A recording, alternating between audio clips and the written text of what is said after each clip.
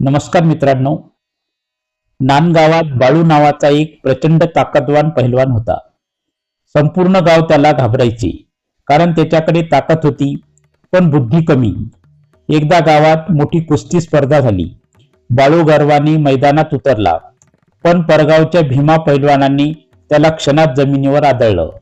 त्या दिवशी बाळू पहिल्यांदा हारला आणि तुटून गेला. तो घरी शांत बसला होता, डोकं खाली, डोळ्यात अश्रू, अपमान. तेव्हा त्याची पत्नी रूपा त्याच्याजवळ आली.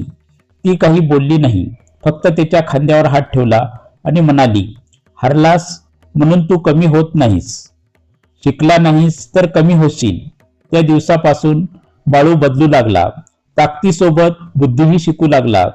काही महिन्यांनी पुन्हा कुस्ती झाली आणि यावेळी बाळूने ताकदीने नव्हे, रूपाने शिकवलेल्या बुद्धीने विजय मिळवला. संपूर्ण गाव टाळ्या वाजवत होते, पण बाळू म्हणाला, आज मी नाही जिंकलो, माझी चतुर पत्नी जिंकली. तुम्हाला माझ्या चॅनलवर ही कथा संपूर्ण दिलेली आहे. डिस्क्रिप्शन मध्ये लिंक दिलेली आहे, अवश्य कथा पहा. तुम्हाला ही कथा आवडली असेल तर कृपया माझ्या चॅनलला लाईक करा, शेअर करा. चॅनलवर नवीन असताल तर चॅनलला सबस्क्राईब करा. कमेंटमध्ये ही कथा तुम्हाला कशी वाटली ते लिहा. गोष्ट पाहिल्याबद्दल धन्यवाद. नमस्कार. जय हिंद. जय